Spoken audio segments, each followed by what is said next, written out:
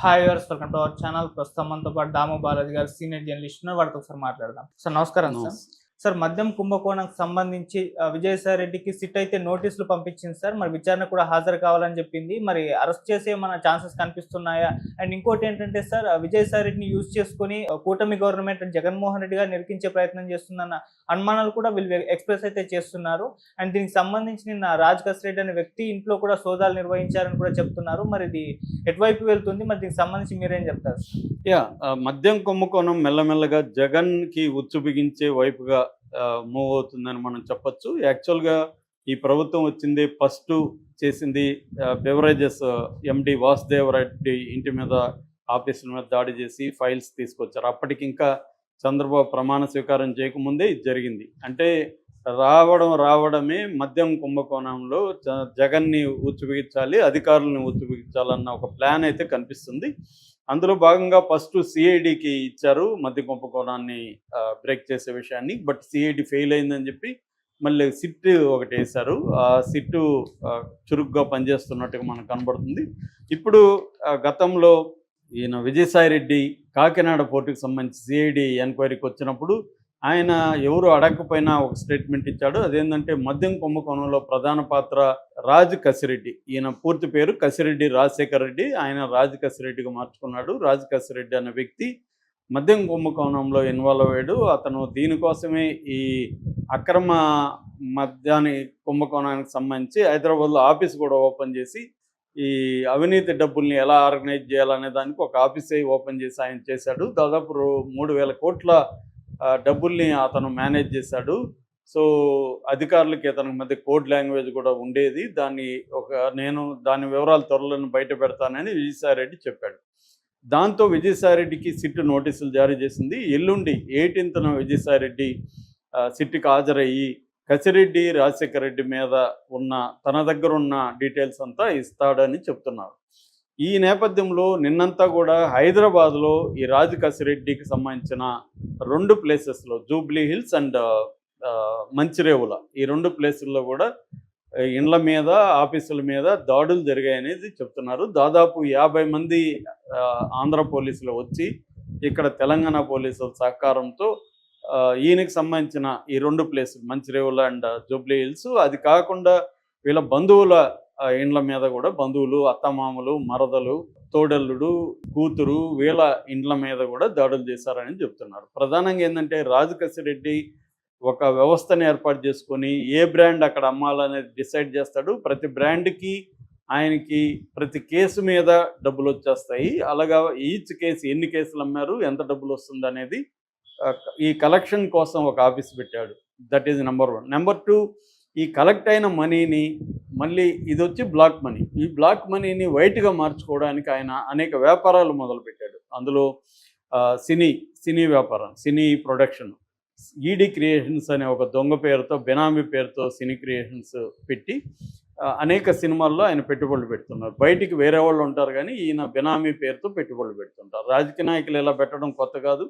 చాలామంది మనకు బెనామీ ప్రొడ్యూసర్లు మనకు అర్థమైపోతుంది. సినిమా ఇండస్ట్రీలో పనిచేసేవాడికి తెలిసిపోతుంది ఎవడు బెనామీ ఏంటని. ఎందుకంటే వాళ్ళ దగ్గర ఏమి డబ్బులు ఉండదు కానీ వాళ్ళు పెద్ద పెద్ద కోట్లు పెట్టి నిర్మిస్తూ ఉంటారు.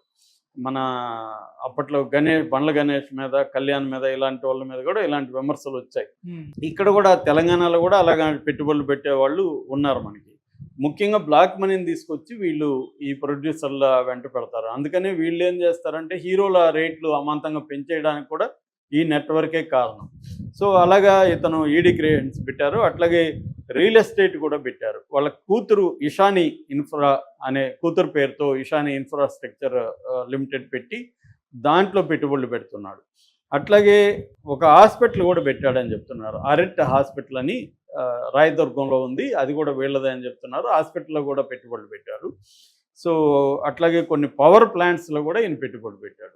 సో ఈయన cinema, real estate, hospitals, power plants వీటిలో పెట్టుబడులు పెట్టారని, దానికి సంబంధించి కూడా ఆఫీసుల మీద, ఈడీ క్రియేషన్స్ మీద, ఇసానీ ఇన్ఫ్రా మీద, తర్వాత వీళ్ళ అత్తమామ పైరెడ్డి సుజాత రెడ్డి, పైరెడ్డి శర్వారెడ్డి, వీళ్ళిద్దరి ఇండ్ల మీద దాడులు చేశారు. అట్లాగే తోడల్లుడు మార్పిడి అవినాష్ రెడ్డి మీద ఫైనాన్షియల్ డిస్ట్రిక్ట్లో ఏక్తా ప్రైమ్ విల్లా లో ఉంటది వీళ్ళది, అక్కడ కూడా దాడులు చేశారని చెప్తున్నారు. అట్లాగే వీళ్ళ సమీప బంధువు ఆ, మేఘారెడ్డి చిత్రపురి కాలనీలో వాళ్ళ ఆఫీసుల మీద దాడి చేశారని, ఆమె కూడా లిక్కర్ కుంభకోణంలో ఉందని, అట్లాగే వీళ్ళ భార్య దివ్యారెడ్డి సంబంధించి కూడా వీళ్ళు విచారణ జరిపారనేది చెప్తున్నారు. అంటే కంప్లీట్గా నిన్నంతా కూడా రాజు కసిరెడ్డికి సంబంధించి ఆ, మొత్తం డాక్యుమెంట్స్ ఏమేమి ఉన్నాయి, ఎలా జరిగింది, మొత్తం ఫిజికల్ ఎవిడెన్స్ని కలెక్ట్ చేయడం, రెండోది డాక్యుమెంటల్ ఎవిడెన్స్ని కలెక్ట్ చేయడం, మూడవది కొంతమందిని విచారించడం,